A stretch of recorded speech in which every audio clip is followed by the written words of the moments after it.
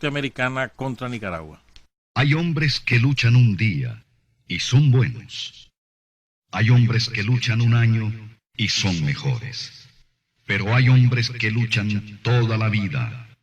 Esos son los imprescindibles. Son las 6 de la mañana, 58 minutos. Les adelanto, pues, porque les voy a contar antecedentes para que entiendan lo que ahora está ocurriendo. Entonces, solo les adelanto.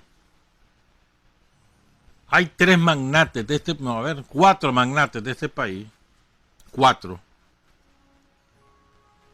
a los cuales Estados Unidos les tiene suficientes pruebas para enjuiciarlos, pedir su extradición y confiscar todas sus propiedades. 4. Yo les voy a dar los nombres. Porque están vinculados al lavado de dinero de los narcotraficantes y al narcotráfico. 4 magnates, de esos que se visten de saco y corbata, que nos dan consejos de cómo hacer las cosas. 4. Los tienen prensados. Ya les vamos a contar quiénes son. Pero antes quiero recordarles algunos antecedentes para que entendamos qué es lo que les tiene preparado la dictadura de Estados Unidos, qué es lo que les tiene preparado a sus socios. Ustedes saben que entre mafiosos no hay lealtades. Los gángsters no conocen las lealtades. Son leales a sí mismos, ni siquiera a su familia, a sí mismos y a su dinero. Nada más. Quien está con ellos incondicionalmente y con su dinero, que no le toca el dinero, o le ayuda a tener más dinero, está bien con ellos. Así son los gángsters. Entonces les están aplicando la medicina de gángster a otro gángster. Gángster chiquititos, pues, pero bueno, gángsters. Soldaditos dentro de la maquinaria del imperialismo norteamericano, pero gángsters. Entonces les quiero hacer algunos recuerdos para que entiendan qué es lo que está pasando y por qué la última ofensiva. Ustedes se acuerdan, hace como 5 años, poco menos, en Honduras hubo un escándalo descomunal. Uno de los bancos más poderosos, más antiguos de Honduras, el Banco Continental y el grupo empresarial, el trust le llaman los gángsters, el conglomerado de empresas, ¿verdad?, que están bajo el paraguas del Banco Continental, fueron de un día para otro cerradas, clausuradas, acabadas, finiquitadas, porque su dueño, Jaime Rosenthal, que ya murió, fue acusado por Estados Unidos de lavar dinero y de sociedad con narcotraficantes. Jaime Rosenthal, dueño del Banco Continental y de un montón de empresas. Recuerdo que entre ellas el diario Tiempo de San Pedro Sula. Rosenthal, hijo de un hombre que emigró a Honduras por 1928, por ahí. Venía de un pueblecito campesino entre Rumanía y Rusia. Y empezó cazando cocodrilos. Pongan cuidado. Empezó cazando cocodrilos y después curtiendo las pieles, las vendía y así comenzó a hacer reales. Después se asoció un gringo que andaba por ahí. Y así empezó su emporio. De manera, ¿cómo sería que en 20 años, 25 años, ese hombre era tan rico? ¿Cómo habrá robado, verdad? Estamos hablando de la época en que en Honduras mandaban las bananeras.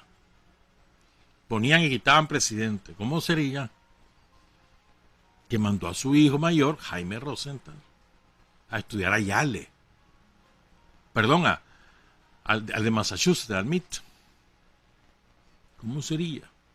¿Cuántos reales tendría? Bueno, casi que este hombre allá se graduó en Estados Unidos, estudió otras cosas, eran dueños de un Incluso sus hijos fueron ministros de Zelaya, de Lobo y de Hernández.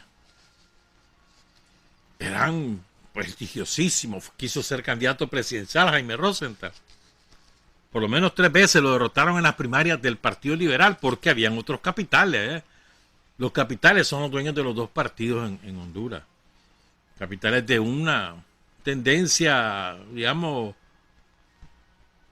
de negocio, van por los liberales, y otra tendencia de negocio, sobre todo los tradicionales, van con el Partido Nacional, el Partido Conservador de Honduras. Quiso ser y nunca pudo. Pero bueno, lo acusa Estados Unidos, pero así de romplón, boom, boom. Y destroza su emporio. Dictan orden de cárcel, le dan casa por cárcel ahí en San Pedro Sula. Uno de sus hijos se entrega, el sobrino se entrega a Estados Unidos, suelta la sopa, cuenta todo, y se acabó el emporio del Banco Continental. Después van a entender por qué les estoy contando eso. Hay una ley, como ya te voy a decir cuál es la ley, que no me pude aprender ese nombre porque es medio enredadito. Hay una ley, la ley Kingpin. La ley Kingpin. Ley de designación de cabecillas extranjeros del narcotráfico. Así se llama. Y la que actúa es la Oficina de Control de Activos Extranjeros del Departamento del Tesoro de los Estados Unidos, OFAC, por sus siglas en inglés.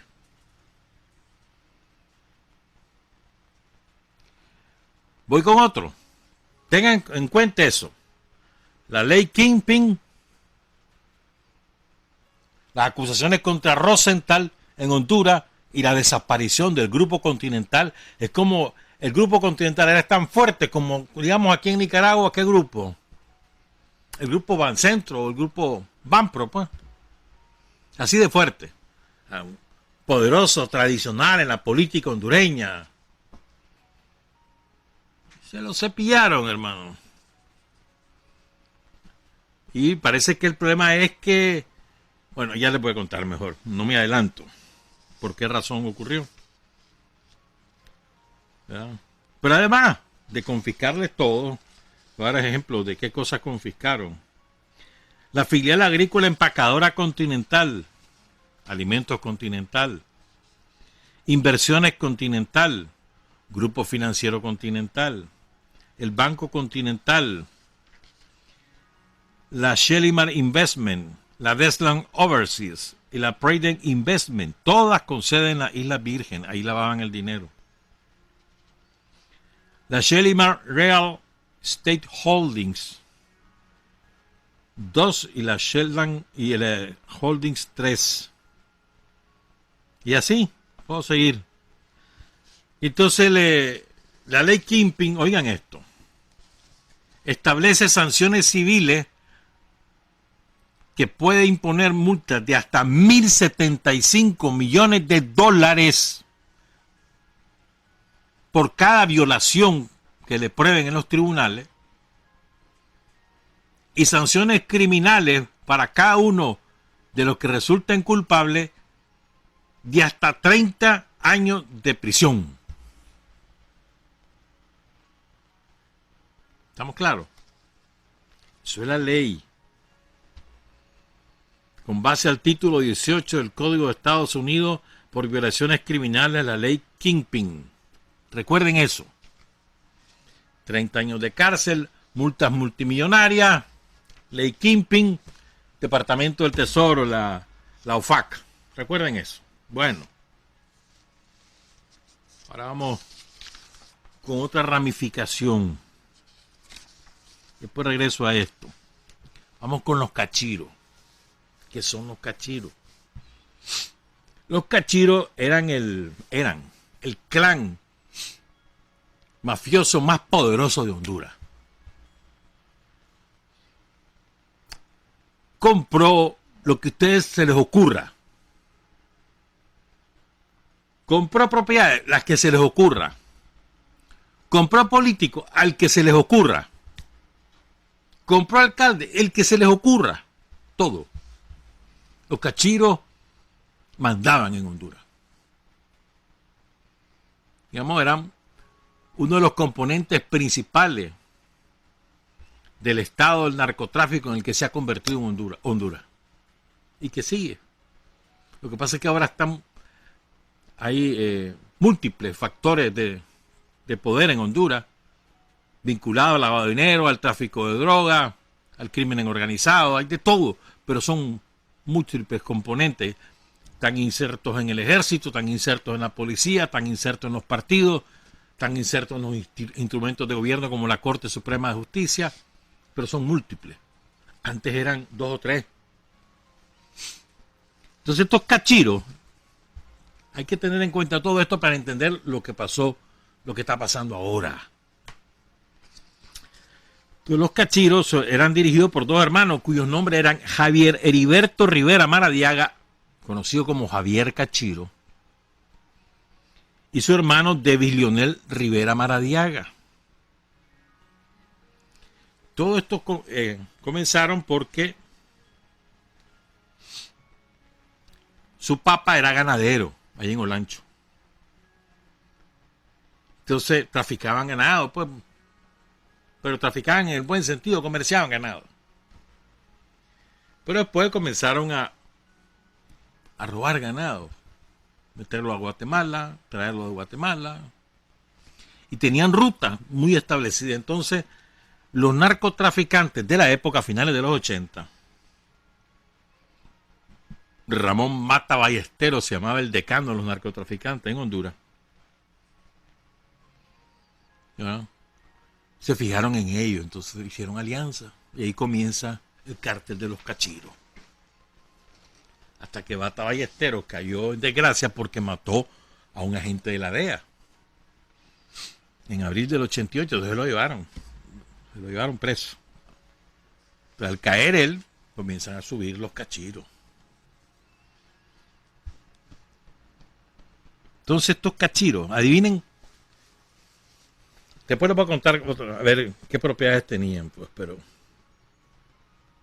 adivinen en cuánto estaba calculada la fortuna de los cachiros. 1.100 millones de dólares. Adivinen ustedes cómo lavaban ese dinero. En el Banco Continental de Jaime Rosenthal, que tenía negocio con algunos de los magnates aquí en Nicaragua. Inversiones comunes y otras cosillas. Sigo. Los cachiros tenían ramificación en Nicaragua. La Policía Nacional los quebró en el lado de San Francisco del Norte, Santo Tomás del Norte, Somotillo, Cinco Pinos, San Pedro, toda esa zona. Los pueblos santos que se llaman vecinas de Honduras. Ahí habían comprado finca, traficaban ganado, la compra de finca para lavar dinero, obviamente. Iban a comprar ganado a Río Blanco, a Mulucucú, a Paigua, toda esa zona. Entonces era una red relevante. La quebró la policía, la quebró. Son 8 los presos y ya están juzgados y condenados. La mayoría, algunos que siguen prófugos, ¿verdad?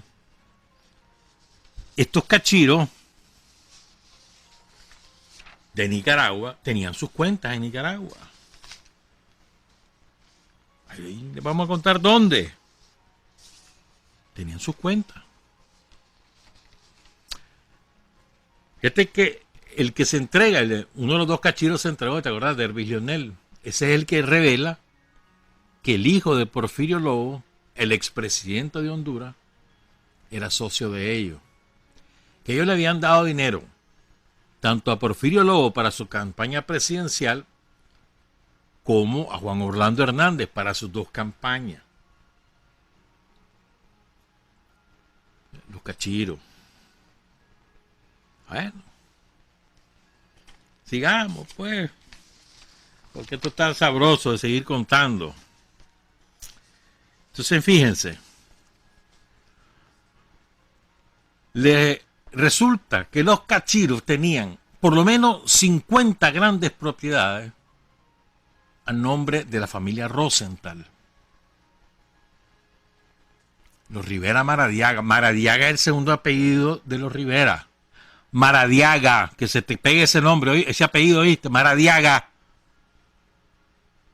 Los narcotraficantes de Honduras, Maradiaga, Rivera Maradiaga.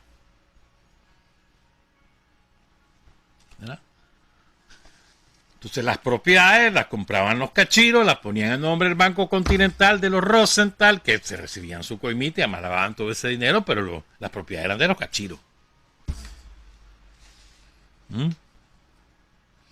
Fíjate, por ejemplo, uno de los bienes incautados, una hacienda de más de 140 hectáreas en el municipio de Choloma, Cortés, cultivada palma africana, acordate de eso, palma africana. Un tractor y equipo para la siembra. Otras propiedades en San Pedro Sula. Múltiple negocio en ganadería, incluyendo un zoológico. Entonces, ¿cuál era la excusa de los Rosenthal? Yo no sabía que los cachiros, que esos eran los cachiros, yo no sabía eso. Yo no sabía que eran narcotraficantes. No, yo no sabía. Yo no sabía que eso era dinero sucio. Esa fue la excusa, el argumento que pusieron. ¡Qué barbaridad! Yo no sabía eso, señor. Bueno. Esto es lo de Honduras. Entonces les voy a resumir para que se acuerden. Les voy a resumir que hay una ley que se llama la ley Kingpin, que hay una oficina que administra esa ley, que es la Oficina de Control de Activos Extranjeros del Departamento del Tesoro de Estados Unidos.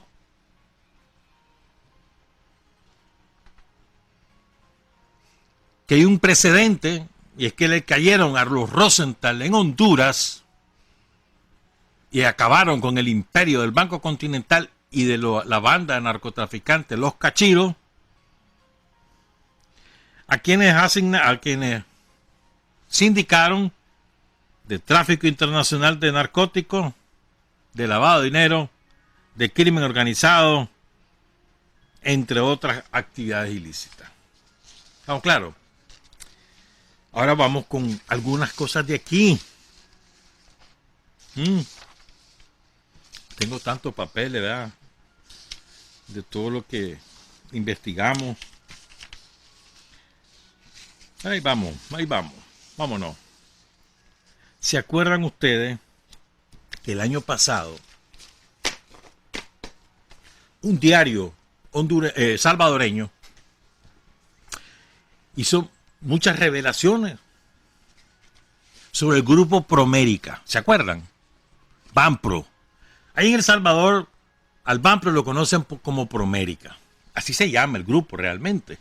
Pero aquí en Nicaragua los conocemos como el Banpro porque esa es una de sus entidades. El grupo Promérica es mucho más poderoso, mucho más diverso, tiene muchas cosas. Entonces, ¿se acuerdan ustedes, verdad? Que el año pasado hubo un diario salvadoreño que, sobre la base de informes oficiales de la Superintendencia de Banco de El Salvador, o sea, documentos, pruebas, no inventos de los periodistas o del dueño del periódico, que es enemigo de ellos, pues, pero simplemente gozó, pues, divulgando lo que era oficial. Sobre la base de esos informes, reveló los nexos del grupo Promérica con una banda de narcotraficantes de El Salvador. Y el grupo Promérica era la lavandería de ese grupo de narcotraficantes. Y esa lavandería era administrada por el gerente general del Banpro, Luis Rivas, que en ese momento era el director del Nuevo Diario, que desapareció. Después de todo ese escándalo, prefirieron cerrar, porque seguían saliendo las pruebas. Pero no solamente hicieron eso, ya les voy a contar. Diario 1 se llama. el diario salvadoreño. Fíjense, miren cómo fue la cosa. Inicia una investigación a la superintendencia de banco. Y entonces viene repentinamente el Grupo Promérica y paga para que cierren esa investigación. Cambian a los fiscales, los corren, los enjuician. Para que vean, pues. Dice, fíjense bien, un exfiscal de la Unidad de Investigación Financiera de El Salvador, que pidió reserva de su nombre por temor a la represalia, presentó su renuncia por no estar de acuerdo con la orden recibida por parte de su jefe, Jorge Cortés, que utilizando sus propias palabras dijo haber recibido de manera aberrante e ilegal en un acto criminal la exigencia de sacar de la investigación al Banco Promérica y en su lugar le ordenaron incorporar y procesar al expresidente Mauricio Funes y al exfiscal Luis Martínez y a todo aquel que se estaba oponiendo a la reelección del exfiscal Douglas Meléndez, que no pudo lograr la reelección, por cierto. Al que se oponía, lo tenían que sacar. Fíjense bien. Que lo que es el poder, ¿verdad? Lo que es el poder. Fíjense, oigan esto. El primer semestre de 2015 hubo transacciones en el Banco Promérica. Primer semestre de 2015, nada más el primer semestre. De 563 millones de dólares. Solo a través de Wells Fargo, Western Union, recibieron 356 millones de dólares y a través del St. George Banks 159 millones de dólares. Dice el documento oficial, no es invento. Ahí está en El Salvador, busquen los documentos oficiales. La principal exposición de riesgo, dice ese informe, son remesas familiares que fueron de 185 millones de dólares. El Banco Promérica tiene un sistema informático separado del sistema del banco, con cuentas que no son de Promérica y que antes del año 2000 se registraron más de 40.000 operaciones.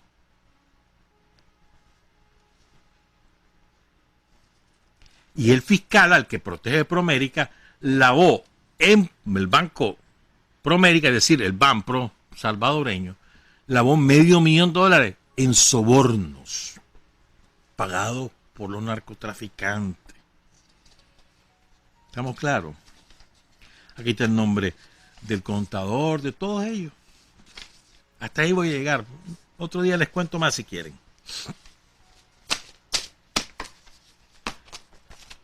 Hace como 25 años, más o menos, ahí en El Salvador, asesinaron a un juez. Fue escándalo en su momento y rápidamente lo taparon. Estamos hablando del gobierno de Arena, el gobierno de Cristiani. Hace como 25 años de eso. Y entonces, ¿por qué lo mandaron a matar? Nunca se supo oficialmente. Había muchos rumores. Casualmente ese juez, ahí en El Salvador, estaba investigando los vínculos entre el narcotráfico y unos tales hermanos Zamora.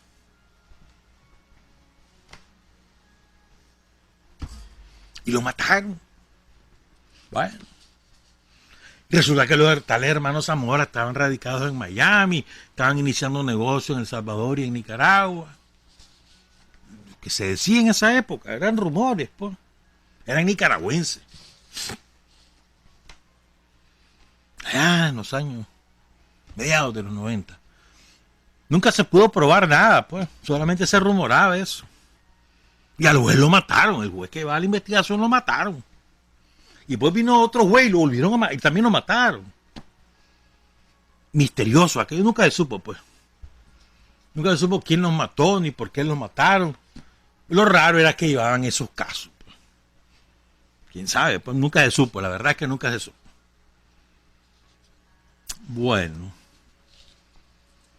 Entonces fíjense, recuerden, ¿quiénes financiaron la primera ola somocista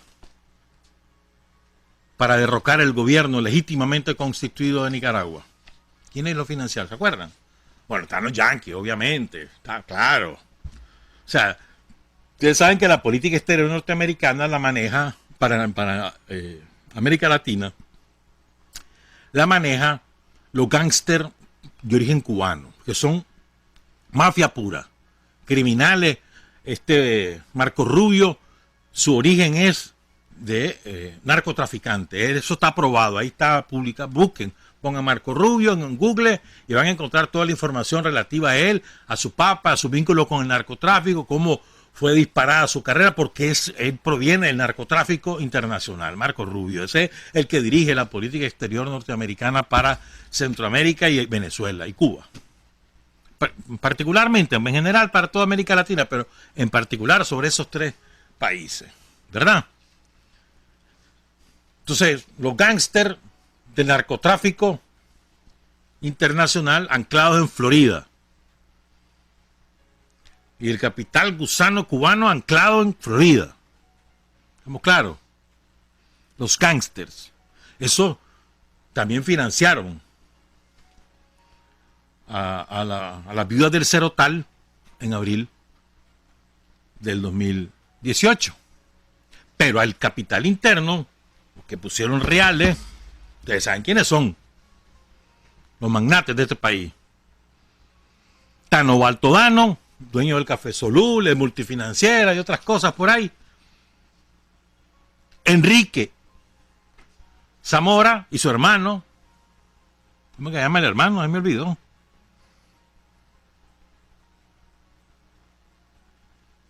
Ramiro Ortiz, el dueño del Grupo Promérica en Nicaragua, y su mayordomo, Luis Riva. Juan Bautista Sacasa, claro que sí. Que tiene aquel vínculo familiar con aquel que traicionó. Allá en los años 30, ¿se acuerdan? Que lo traicionaron y después él traicionó. Y Carlos Pelas, claro que sí. Después aparecieron de saco y corbata dando recetas. Esto es lo que hay que hacer. Bueno. Todos ellos hicieron enormes negocios con el ALBA. Enormes. Sobre todo Tano Baltodano. Pero se llenaron, pero de verdad, la bolsa con reales. O sea, con todas las cosas que se exportaban a Venezuela. A precios sumamente favorables. Porque los venezolanos en ese momento tenían mucho dinero y necesitaban muchas cosas, sobre todo productos agrícolas, productos comestibles, y se me hicieron reales, pero reales de verdad.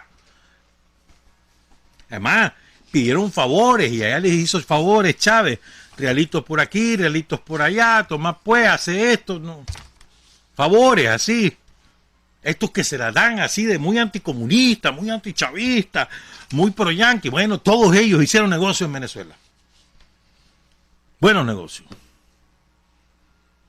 Chano Aguirre, ese es otro sinvergüenza. Pero ese es un empleadito de quinta categoría. Ya lo van a sacar de la presidencia del Consejo, ya no sigue. Y se va para Costa Rica a vivir. Porque la mujer lo tiene presionado. Vámonos de aquí. Me tienen aburrida con todo eso que te dice. Vámonos, ya lo lleva. La nueva esposa, ¿verdad? Bueno. Entonces, esta gente, recuerden, estos 5 que financiaron, hay otros, pero bueno, estos son los más relevantes. Entonces los yanquis están afligidos. Pues, cuando hablo de los yanquis, hablo del gángster Marco Rubio y todos los que lo rodean. La Rosenthal, perdón, la Illana Ross y toda esa gente. Ese grupo nauseabundo, fétido de los mafiosos de Miami. Entonces toda esta gente, ¿se acuerdan de aquel Roberto Bendaña? ¿Se acuerdan? Aquel que hizo un gran escándalo, que lo agarraron con la mano en la masa, le echaron preso, huyó, se fue para Estados Unidos. Vinculado a estas cosas. ¿Se acuerdan aquel vínculo del otro Marariaga, el de aquí? ¿Se acuerdan? con el narcotraficante colombiano que vino aquí a hacer ONG por la niñez, vino aquí a Nicaragua. ¿Verdad? Lo metieron preso en Colombia, salió en libertad, lo asesinaron ahí en Colombia. Ese vino aquí, firmó acuerdos con Maradiaga. Maradiaga fue allá a Colombia a hablar con él, salió en unos periódicos de la época. ¿Se acuerdan de eso? ¿Con quién cree ustedes que trabaja Maradiaga aquí en Nicaragua? ¿Con quién creen ustedes? Con otro que también tiene negocios raros. Con los cachiros, con los de Guatemala. Hubo un muerto allá en Chinandega, ¿se acuerdan? Un hijo mató a otro hijo y salieron en guinda, lo dejaron salir. ¿Se acuerdan de eso? Allá hace como 7 años. Ese.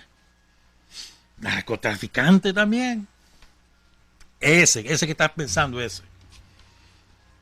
Bueno. Entonces, Marco Rubio ve que aquí no pudieron hacer nada.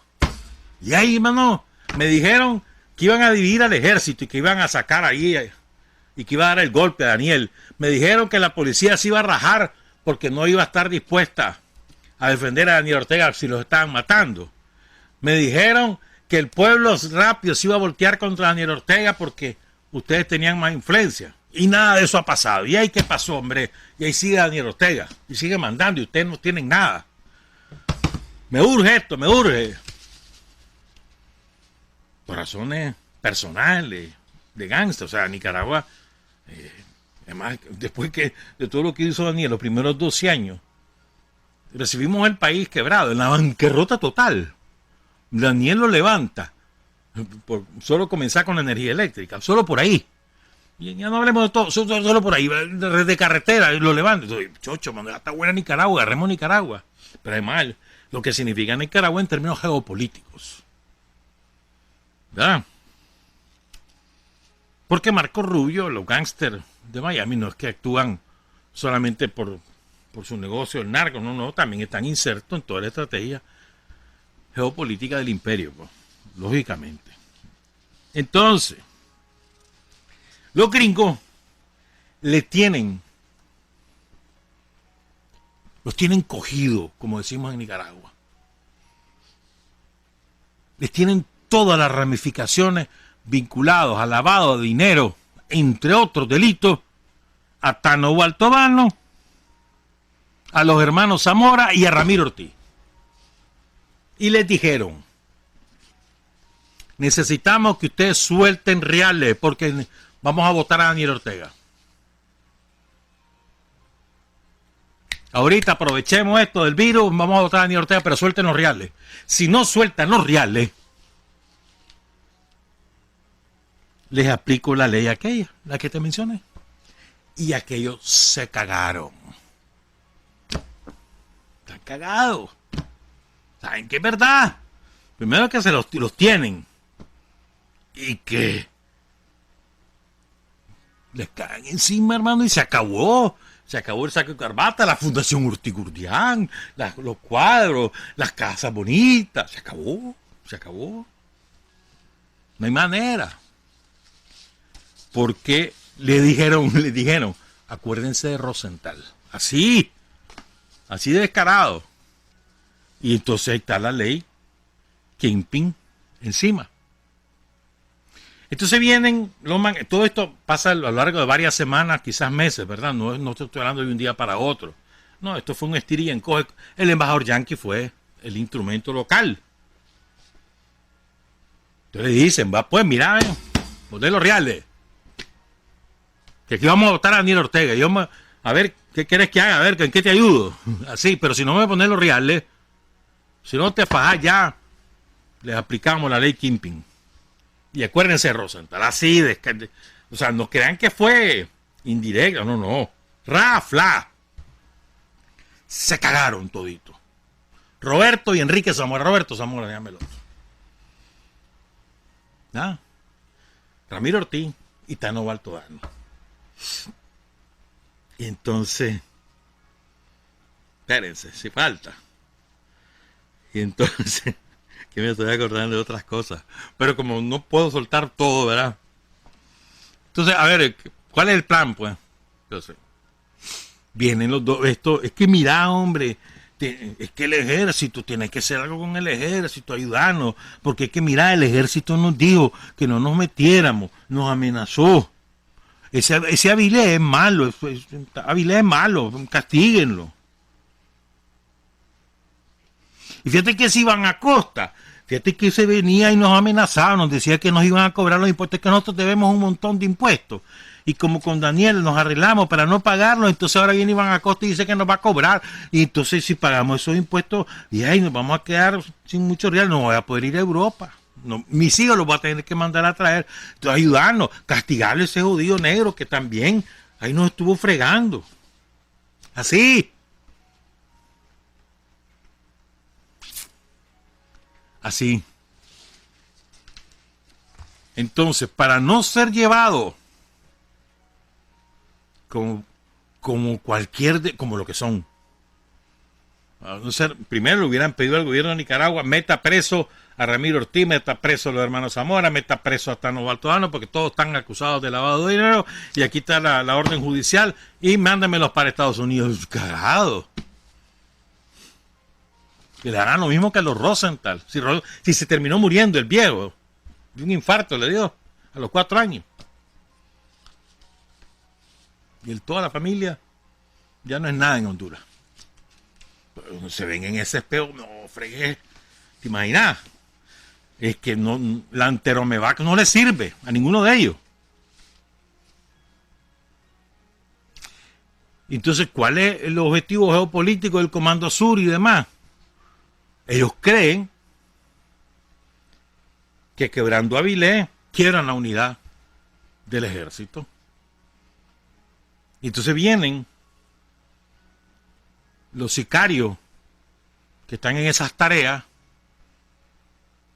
en las tareas militares. Hay unos cuantos sicarios ahí alquilados, aquí en Managua, hay otro en Costa Rica, hay otro en Washington. Todos esos sicarios les han prometido que quebrando Avilés se quiebra la unidad del Consejo Militar. Sorpresa, sorpresa se van a llevar. Pero espérense, ¿sí? Ya van a tener su tiempo para que se la lleven. Espérenme. Sigo. Entonces, ellos tenían ahí un caballito de Troya. Un sujeto ahí. Ya salió de ahí, ya lo sacaron. Lo nombraron y ahí nomasito lo sacaron. Pero tienen la ilusión de que ese caballito de Troya, ¿para qué voy a dar el nombre? Tienen la ilusión de que con él pueden penetrar, dividir, desmoralizar, sacar información. Y lo peor del caso es que vos sabés que en guerra avisada no muere soldado y los tenemos mediditos. Con quién se reúne, a quién llamaron, dónde están, con quién están. Medidito. Dejarlos correr hasta donde lleguen. Ahí anda el baboso ese. Todavía recibe reales, ¿me entendés? Pero para allá anda. Y entonces tienen al ejército de sicarios mediáticos que han preparado condiciones para esto. ¿Me entendés? Y que ahora tienen su vocero favorito, un tal Orozco ahí en Washington, que ese se las pica, y se pone saco y corbata y analiza y no sé qué, y que no sé cuánto. Es un delincuente, si se te ha pagado hace tiempo, formado por ellos. Maradiaga, decime vos. Fíjese bien. Chamorro, ¿sabes a quién le responde Chamorro? ¿A quién querés vos que le responde? Guachán Chamorro. A Tano Baltodano. Acordate que Tano Baltodano es el dueño de Funide. Y acordate que Funide, te lo contaba el viernes pasado, fue creada a instancias de la Embajada de Estados Unidos. Y eso ahí está probado documentalmente. Es el instrumento para agrupar, para crear ideas, para distribuir tareas. Ese es el instrumento en Nicaragua de los gringos. Tano Baltodano de Funide. Y acuérdate que Guachán Chamorro fue presidente de Funide. Como Bendaña también. Y después Maradiaga, el que tiene el mismo apellido de los Cachiros, ese le responde al de Chinandega. Un hijo de ese de Chinandega se vino a poner allí, ¿te acordás? En un carro, allí en Upoli, y que no sé cuánto, y que la democracia, y que no sé qué, y que no sé... ¿Se acuerdan de eso? No les quiero decir el apellido, ya saben quién es, sí. Es que no les voy a hacer propaganda, hombre. Sigo. Y los Zamora, ¿con quién están casados? Con Medardo Mairena. Esos son los que le dan los billetes, los que lo proyectan, los que le hacen los contactos, las redes, los Zamora. Y acuérdate, lo de Mairena, ¿por qué echaron preso a Mairena en Costa Rica? ¿Te acordás de eso? Porque era coyote, traficante de personas. La sacaba de Nicaragua, la metía a Costa Rica, la sacaba de Costa Rica, la metía a Nicaragua y además contrabandeaba otras cosillas. ¿Te acordás de eso? No, eso está ahí documentado en la prensa costarricense, búsquenla.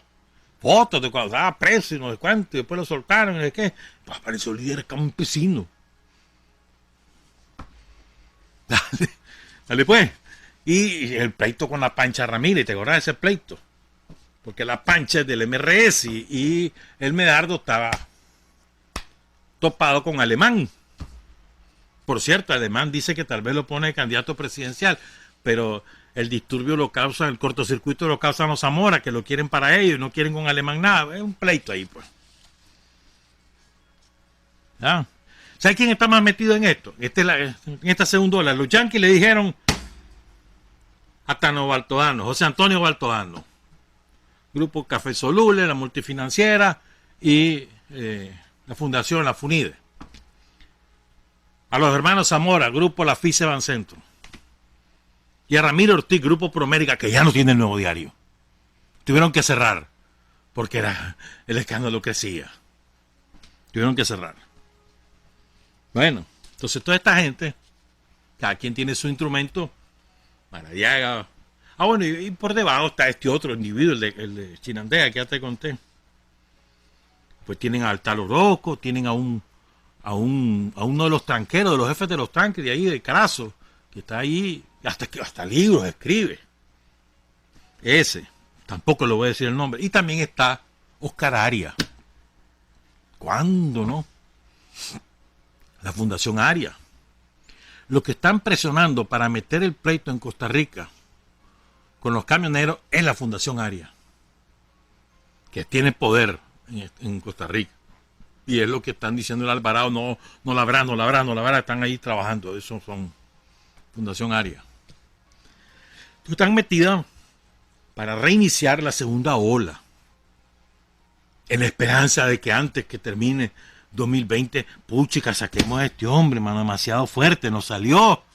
Y la gente jodida ahí en Nicaragua, que no se quiere levantar, que solo están con él, que lo aplauden. Entonces quisieran, te acordás todas las mentiras, ¿no? Muertos por aquí, entierros clandestinos, que hay tantos... Ahora ya nada de eso sacan. Ahora ya van por otro lado. Entonces, van cambiando los ejes. Ahora, lo que sí está claro es que montones de troles, ¿verdad? Cuentas falsas a cada rato, agarran las páginas sandinistas y con esas cuentas falsas querer acabarnos. Ya lo sabemos, ya sabemos cómo es la cosa. ¿Viste todos los recuperados que hubo este fin de semana? Hay videos montones. Algunos de esos periodistas independientes, algunos de esos sicarios sacó esos videos y dijo, miren, qué alegre, se recuperó. No, porque ellos le rinden culto a la muerte, y mientras la muerte sea atribuida a Daniel, no le rinden culto a la vida, jamás. Pero bueno, entonces, como en guerra avisada no muere soldado, el Consejo Militar del Ejército de Nicaragua, la Dirección Superior de la Policía Nacional, conocen de todas estas cosas, de antemano, están preparados, saben por dónde van, saben todo, o sea, los entretelones, todito esto, se lo saben, y van tomando medidas. ¿Sabes cuándo van a quebrar al Consejo Militar? ¿Sabes cuándo? Nunca, ¿sabes? Espérame. Hombre, hay una canción que se llama El Necio. Yo te la voy a poner entera, pero es que te quiero poner este pedacito para ahora hablar de eso. Solo te voy a poner un pedacito. y te la voy a poner interpretada por Beatriz Gutiérrez Müller. Fue la canción de campaña de López Obrador en México. Beatriz Gutiérrez Müller, una intelectual mexicana muy destacada y además es esposa de López Obrador y además canta muy lindo. Solo le voy a poner este pedacito y vean, oigan la letra de esa canción, oigan esa letra, oigan a Beatriz.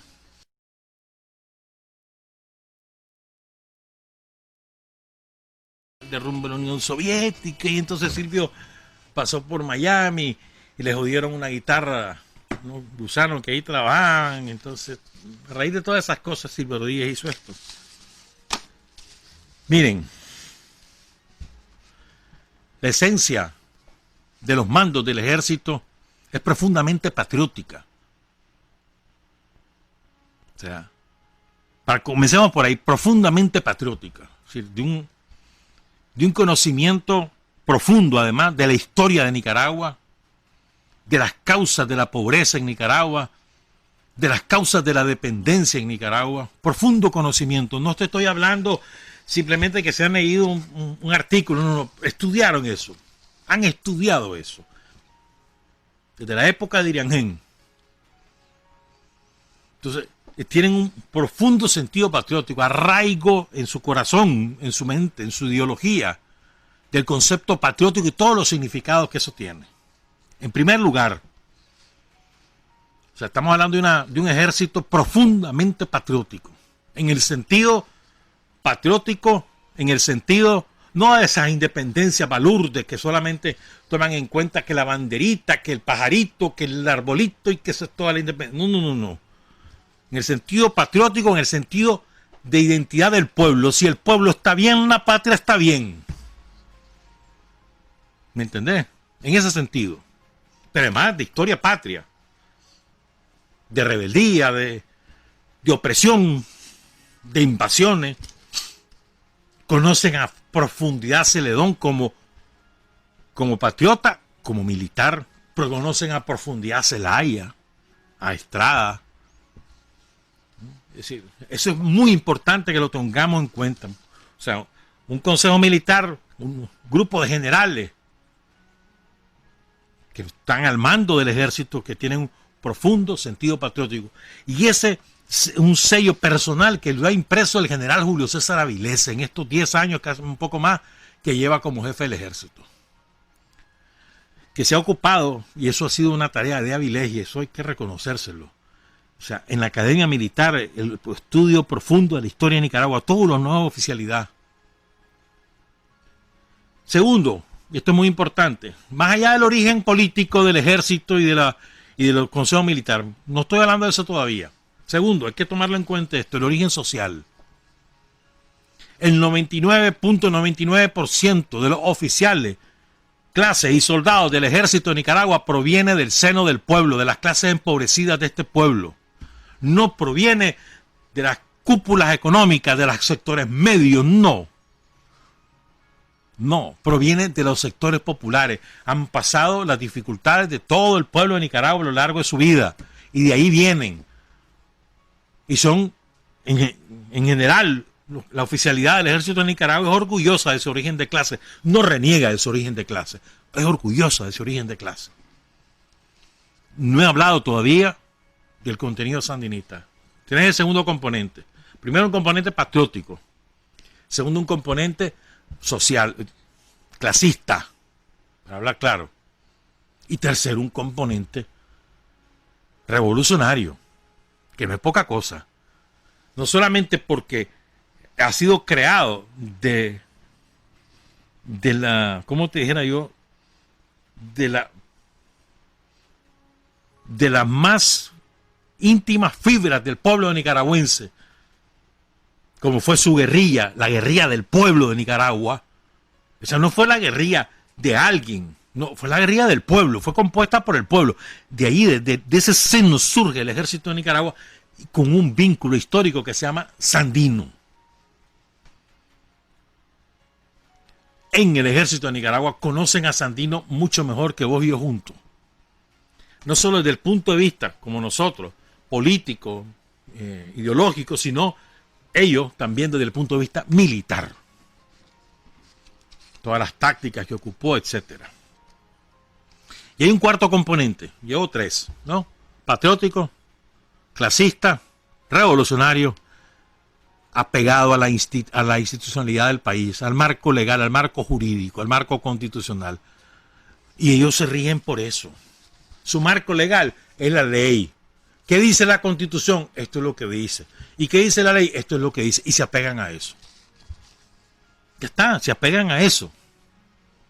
Esos son cuatro componentes muy sólidos que no lo van a reventar reprimiendo al general Avilés. No lo van a reventar. Porque es de consenso, es común. No es asunto de que vino Avilés y se les ocurrió. Y como él es así, entonces el ejército es así. Son estúpidos. El ejército es así porque el consejo militar es así, porque sus oficiales son así. No el 100% de acuerdo, algún baboso, algún traidor habrá por ahí, pero de ninguna relevancia, ninguna incidencia. Como el que estuvo ahí de Caballo Troya, que anda ahí pululando, queriendo aparecer con los sicarios por ahí, con un chamorro. No, ese poca cosa, ¿me entendés? Ahora se quiere poner medallas que no tiene. Pero bueno, entonces, no se trata de que Avilés es así, se trata de que el ejército es así. Patriótico, clasista, revolucionario y apegado a las leyes y la Constitución de la República. Y por esas cuatro cosas resistieron todo lo que resistieron. O sea, vean, si el general Avilés lo dijo allá por septiembre del 2018, por ahí.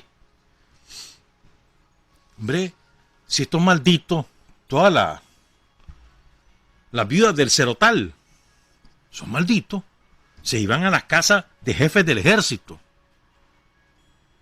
a hostigarlas con armas, esperando respuesta. Les quemaron casas a oficiales del ejército. Parece que eso nunca se supo con nombre y apellido. Y hubo otras cosas que para qué decirlas. El ejército sabe de lo que son capaces.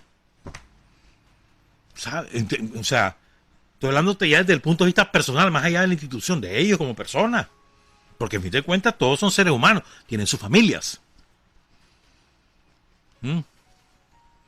Entonces, no va a ser reprimiendo al general Avilés, que por mucho que la dictadura norteamericana quiera reprimir al general Avilés o a cualquiera, o a Iván, decime vos a Iván, si Iván Acosta, primero que es un funcionario ultra capaz, orgulloso de sus raíces sociales.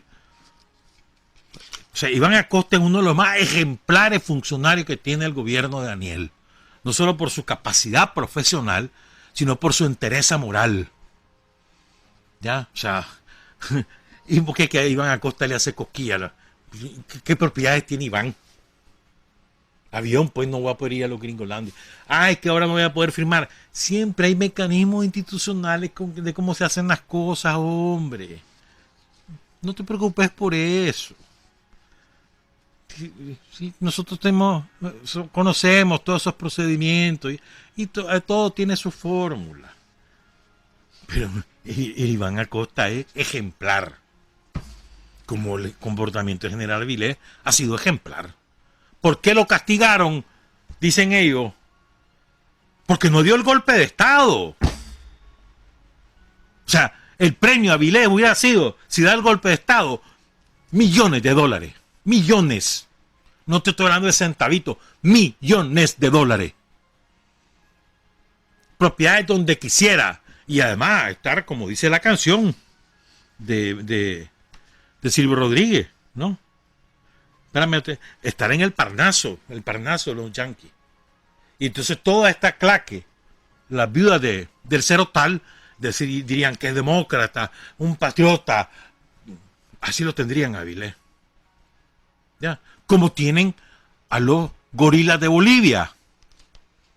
Al gorila que dio el golpe de Estado le pagaron y le dijeron andate de aquí, sí.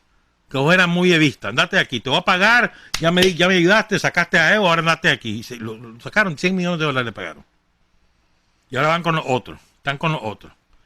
O sea, Avilés sería ahorita, o sea, si Avilés hubiera, junto con el Consejo Militar, hubieran dado el golpe de Estado, demócratas a toda prueba, andarían en todos los foros habidos y por haber. La Fundación Arias les daría una medalla. La gusanera cubana, todo eso. El otro imbécil, el fascista Aznar allá en todos ellos. Patriotas, demócratas, salvaron al pueblo de Nicaragua. Pero no lo hizo. Entonces ahora es enemigo. Se apega a la ley, se apega a la Constitución, es un patriota. No sirve, tiene que servirnos. Y que se deje de babosada ahí, que busque qué hacer, que le dé el golpe a Daniel, que lo meta preso y que me lo mande a Estados Unidos. Eso es lo que le decían. Mete las tropas ahí, sacate a Daniel Ortega y toda su familia, me lo traes, me lo mandan en un avión, me lo mandas para acá. Eso es lo que le pedían. Y después, por supuesto, mata a sandinistas. De echar presos todos esos. Porque no creen aquí que la opción es derrocarnos y que ellos asuman un gobierno tranquilo. No. Ellos lo que aspiran, lo que sueñan es votar a Daniel y empezar a matar sandinistas, igualito a lo que hicieron con Sandino. Asesinaron a Sandino y luego asesinan a todos los sandinistas, los persiguen y los obligaron a huir a los pocos que lograron sobrevivir. Es la misma receta. Pero esta vez no encontraron a otro Somoza, sino que lo que encontraron en lugar de otro Somoza fue otro Sandino, un hijo de Sandino. Y ahí está Avilés como hijo de Sandino. No. Al contrario, creyeron que iban a encontrar su Somoza. Ahí lo tenían, pero ya, como babosos no somos, nos dimos cuenta por dónde venía la cosa, va para afuera. Ya. Pero el Consejo Militar, que no son 4 cosas, son alrededor de 30 generales, es sólido. Patriótico, clasista, revolucionario y apegado a las leyes. Pero esas son las razones. Entonces, para que no se vayan presos a los magnates, los iban a llevar presos. Le iban a decir a Daniel Ortega, échamelos presos, porque aquí los tengo, aquí están las pruebas. Se los iban a dar presos. Le iban a aplicar la receta de Rosenthal. Cagados están. Entonces, dale, pues, hombre, vení, pues, ayudarme, pues.